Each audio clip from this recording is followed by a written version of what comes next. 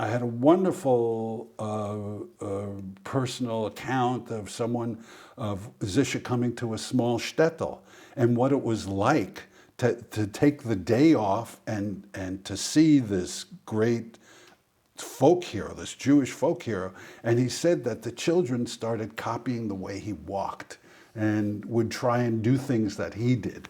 In the Jewish press, he was idolized, mostly by the Ostjuden, the Jews that came from Poland that lived in Berlin.